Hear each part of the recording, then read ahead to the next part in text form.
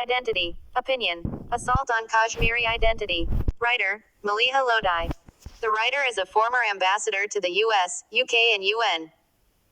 India's ruling Bharatiya Janata Party continues the assault on Kashmiri culture and identity and imposes its Hindutva ideology on occupied Jammu and Kashmir. A recent tweet by Mehbooba Mufti, former chief minister of J&K, focused attention on the forced singing of a bhajan Hindu hymn at a school in Kulgam and elsewhere. A video of Muslim students singing the bhajan circulated widely on social media, prompting fierce protests from Muslim organizations. The Muttahida Majlis-i-Ulema, comprising 30 Kashmiri organizations, denounced the action and said it was designed to accelerate the so-called integration of the younger generation with the Hindutva idea of India. It called this part of efforts to erode the region's Muslim identity. Led by Kashmiri leader Mirwaiz Umar Farooq, who has been in detention for the past 3 years, the religious body pointed to attempts to browbeat Muslim scholars and undermine their role, citing the recent arrests of religious leaders in India's latest intensification of repression. Last month, 2 ulema were arrested and several Islamic scholars charged under the draconian Public Safety Act in a crackdown on Muslim groups in Kashmir. These arrests were roundly condemned by Pakistan. A Foreign Office statement described the illegal detention of Islamic scholars as yet another Indian attempt to rob the Kashmiri people of their distinct religious and cultural identity. The BJP has also taken control of the J&K Waqf Board and thus all its properties across the region, including Srinagar's Eidgah, a historic ground for congregational prayers.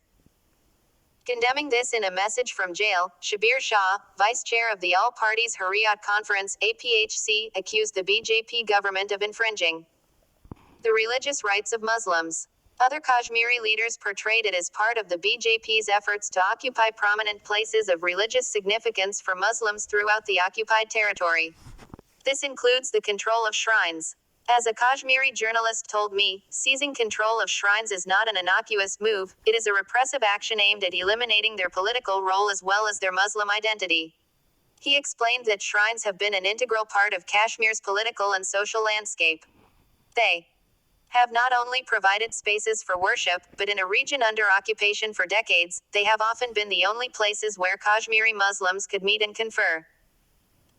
That space has now been taken away. The BJP has taken other steps in its onslaught against Kashmiri culture. For the past 100 years or more, Urdu was the official language of J&K. But in 2020, India's ruling party ended Urdu's exclusive status by legislation that made Hindi, Kashmiri and Dogri official languages in J&K, in addition to Urdu and English. There are moves afoot to change the script of the Kashmiri language from Nastaliq to the Devanagari script. Kashmiri sources in the occupied valley say this has already been done unannounced and unofficially. A series of actions to disempower Kashmiris and change the Muslim identity of Kashmir have followed India's illegal annexation of J&K on August 5, 2019. With abrogation of Article 370 of the Indian Constitution, which gave the state special status, J&K was bifurcated and absorbed into the Indian Union. This was in blatant violation of UN Security Council resolutions that bar the parties from bringing about any material change in the situation. Delhi then imposed a lockdown and communication clampdown and carried out mass arrests of political leaders and activists in a sweeping crackdown. According to the September 2022 briefing by Amnesty International, we are being punished by the law. In the 3 years since August 2019, the Indian government has drastically intensified the repression of the people of J&K by subjecting them to multiple human rights violations. These violations include restrictions on rights to freedom of opinion and expression, to liberty and security of person, to movement, to privacy, and to remedy and access to justice. The authorities have committed these violations with absolute impunity. In contravention of international law and UN resolutions, Delhi has carried out administrative and demographic changes to disempower Muslims in Kashmir.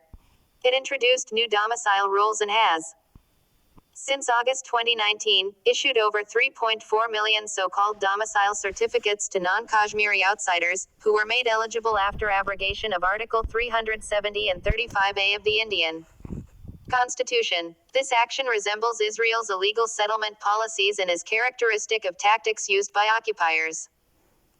The Modi government also proceeded with a plan to gerrymander electoral constituencies to give Jammu greater representation to reduce Muslim representation and shift the political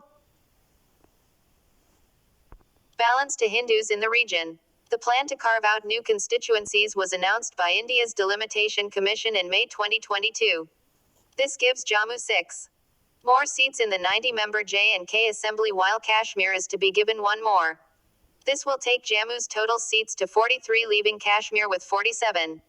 The malign intent of this move is evident from the fact that Kashmir Valley's population was close to 7 million while Jammu's population is 5.3 meters according to the 2011 census, the last India held.